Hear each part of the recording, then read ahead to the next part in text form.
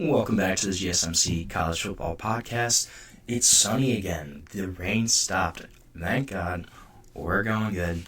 Having a good show today. Going to talk a little bit about Louisville right now and what their season could maybe look like. So, you got year 3 under head coach and program legend Jeff Brohm came over from Purdue to take over his alma mater. And under Jeff Brohm, the Louisville team has been solid. Cardinals are 19-8 in the past 2 years. They've been really close. They have to avoid the clunker this year, though. Last season, they lost to 3-9 Stanford, and in 2023, they lost 3-9 Pitt. So both years, they've kind of had an oopsies game that's dropped them out of contention. But this is a team where returning production is really good. Transfer portal has been solid for them. And it could be their time to really jump up as an ACC contender, as a player, basically. Spring transfer portal deadline passed. They kind of escaped with not too much damage. They did lose Austin Caullin, who's a big lineman for them. Lost a couple tight ends, but for the most part, pretty successful. Retained the core of their team. And again, this is a Jeff Brohm offense. Brian Brown's offensive coordinator. We know this is going to be a successful offense just based on the years of watching these guys work in this system. Passing game is going to be efficient. They have another transfer quarterback coming in Miller Moss, former USC guy. He's going to take over for Tyler Shough. Probably not the same caliber as Tyler Shough, but I think he's definitely at least a little better than Jack Plummer, who was their transfer QB 2 seasons ago. I also love this running back room for Louisville. You have Isaac Brown, true sophomore, who burst on the scene last season as a freshman. 1,100 rushing yards, 11 touchdowns, 7 yards per carry. Also had 30 receptions last year. And then you pair him with a guy that's just as explosive, a bigger back in Duke Watson, who on only 67 carries last year, had nearly 600 rushing yards, 8.9 yards per carry for Duke Watson. Both these guys also had their highest run, their longest runs were really high numbers. Isaac Brown, 77 was his long last year. Duke Watson was long of 68. So both these guys, stud running backs. Excuse me, I'm sorry. Duke Watson also really came on strong at the end of the year. At Stanford, these games were both in November. At Stanford, had 11 carries for 117 yards, 3 touchdowns. At Kentucky, had 6 carries for 104 yards, 2 touchdowns. Both those games were 2 of the last couple games of the season for Louisville. So this room, they're heading into the 2025 season. I think it's one of the better duos in the country. Watson's arguably the more explosive back. Brown obviously produced more last year, but they're both going to be there. That's going to be a really exciting tandem for Louisville. Wide receiver is going to be interesting. They also have a pretty solid 1-2 punch here in Chris Bell, who took another big step forward in 2024.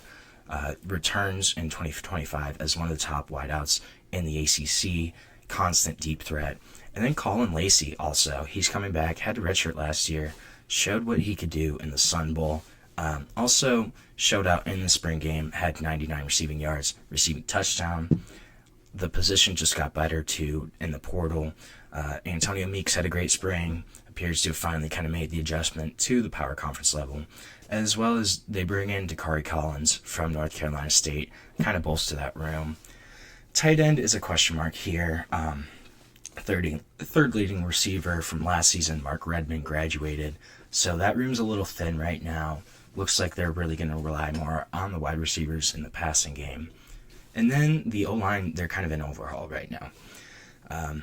They have a lot to live up for because the Louisville line last season really did a great job in all areas and aspects. Pass pro especially was terrific. They got in a transfer from Mississippi State, Michaelan Pounders. He might step in at left tackle, and definitely in contention there. Right tackle should be fine if Rasheed Miller can stay healthy. He got a lot of run last year at that right tackle position. then got hurt midway through the year. But he seemed to kind of carry his momentum throughout the spring, so should lock down that right tackle position. Center is really going to be their anchor. They bring back Pete Nigra, who started all last year.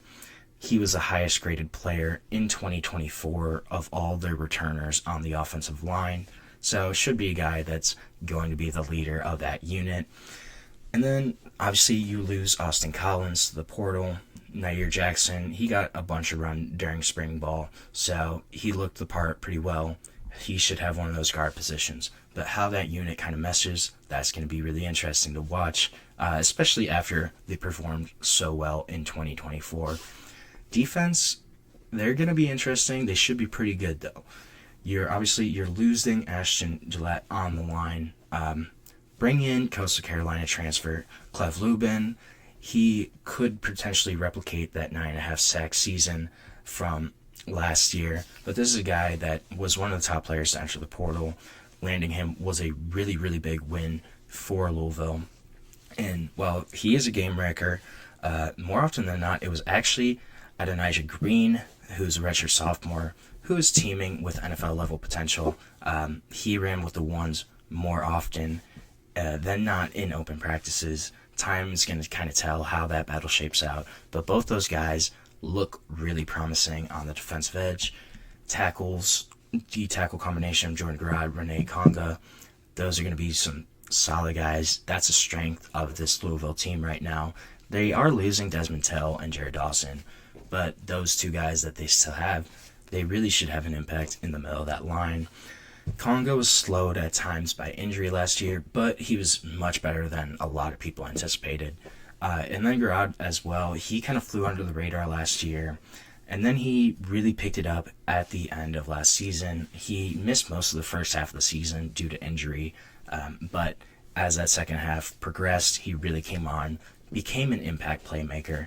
So you have those two guys at defensive tackle that should kind of anchor the middle of that D-line. Linebacker-wise, they're in a good spot here. You got leading tackler TJ Quinn to come back. Has made 174 stops over the past 2 years. A guy that's going to be a big part of this defense for them. This is a big deal that he returned. One thing he's going to have to work on is his coverage skills, coverage abilities. Really kind of focused on that in the spring. We're going to see if coverage improves from TJ Quinn in 2025. And then, while TJ Quinn was their leading tackler, if you ask Louisville fans, a lot of them will probably say Stanquan Clark, he is the guy that's the best returning player on defense for them. This is a dude on the outside as an outside linebacker that has the upside to really grow into a star. And now it's just kind of up to him to showcase that. He needs to clean up his coverage as well, but this is a guy that's extremely athletic, really versatile defender. Should be exciting to watch for the Cardinal this year. Secondary is going to be a big question mark here. So last year, their secondary wasn't awful, but when they struggled, bad things happened. And now they're going to have to replace a bunch of guys again. Cornerback is clearly the question mark here. They lost top 5 players at that position, including all ACC corner, Quincy Riley. So there's going to be depth concerns here. Who's going to step up? It's going to be really interesting. There were a couple things to like in the spring, though, out of that unit.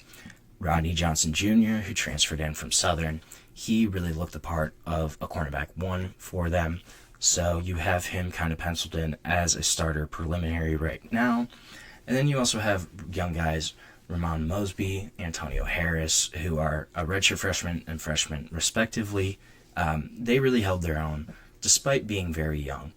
So I think those guys will probably get playing time. How quickly they adjust, how many mistakes they make that just young guys make, that's going to be kind of what will showcase what this cornerback room can do. This is the big question mark here, is the cornerback room.